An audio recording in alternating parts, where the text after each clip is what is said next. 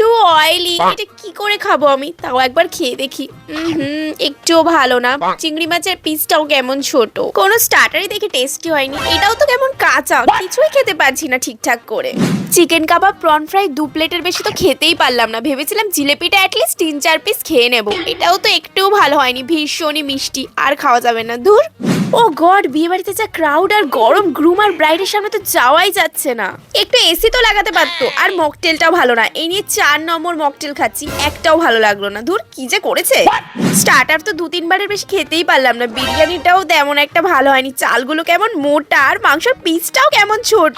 মাংসটা ভালোই হয়েছিল কিন্তু টু অয়েলি, এত অয়েলি খাওয়া যায় নাকি? এর দিয়ে ভালো আমি স্যালাড খেয়ে থাকি। ভেবেছিলাম 4-5 পিস মাংস তো খেয়েই নেবো, এখানে তো দেখছি কোনো রান্নাই টেস্টি হয়নি।